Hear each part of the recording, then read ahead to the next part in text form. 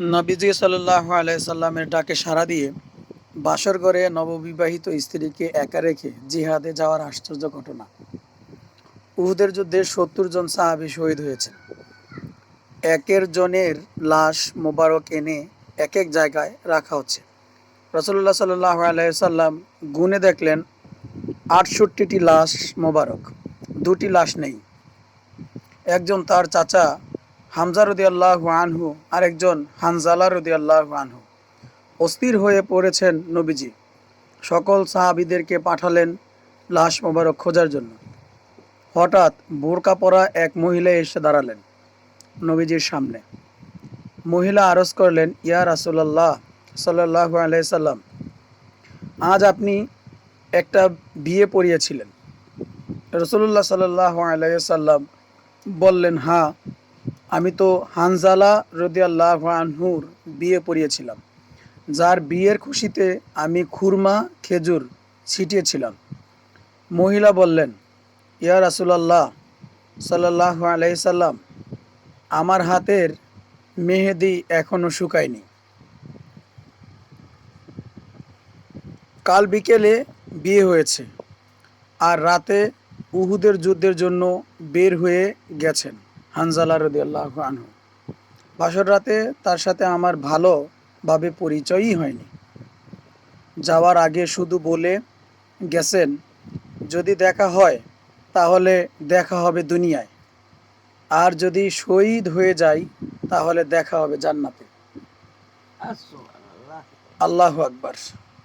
কি এমন আশ্চর্য ঘটনা!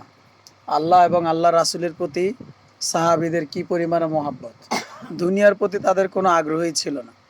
মহিলা বললেন, ইয়া রাসূলুল্লাহ সাল্লাল্লাহু আলাইহি সাল্লাম, যাওয়ার আগে লজ্জায় আমি তাকে বলতেও পারিনি যে আপনার জন্য গোসল ফরজ।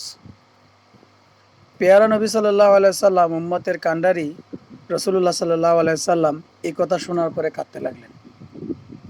একজন সাহাবী দৌড়ে এসে বললেন, ইয়া রাসূলুল্লাহ সাল্লাল্লাহু আলাইহি সাল্লাম, হানজালা রাদিয়াল্লাহু আনহুকে পাওয়া গেছে। রাসূল সাল্লাল্লাহু আলাইহি সাল্লাম সেখানে যাওয়ার সময় দুই হাত দিয়ে ভিড় ঠেলে, যদিও পুরো জায়গা ফাঁকা ছিল, অর্থাৎ আমাদের দৃষ্টিতে দেখা যাচ্ছে ফাঁকা, কিন্তু হুজুর সাল্লাল্লাহু আলাইহি সাল্লামের দৃষ্টিতে ফেরেশতাদের ভিড়ের কারণে সে চলতে পারতেছে না, এর জন্য দুই হাতে ফাঁকা করে যাচ্ছিলেন। সাহাবারা প্রশ্ন করলেন নবীজিকে।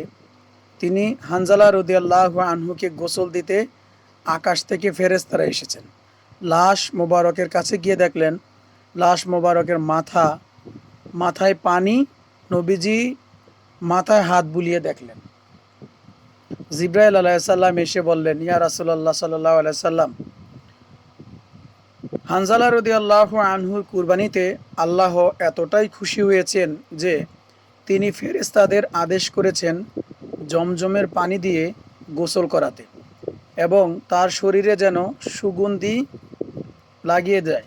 যা দেখতে পাচ্ছেন এটি বিশেষ খুশবু মিশক আম্বর আতর, যা কাফনের কাপড়ে ঢুকানো হয়েছে। সুবহানাল্লাহ! এটা আল্লাহ তাআলার তরফ থেকে মেশকে আম্বর নামের এক আতর তার জানাজার সাথে দেওয়া হয়েছে। হানজালা রাদিয়াল্লাহু আনহুর কদমে লক্ষ সালাম। কত না ভালোবাসতেন তারা রাসূল সাল্লাল্লাহু আলাইহি সাল্লাম ও আল্লাহ তাআলাকে।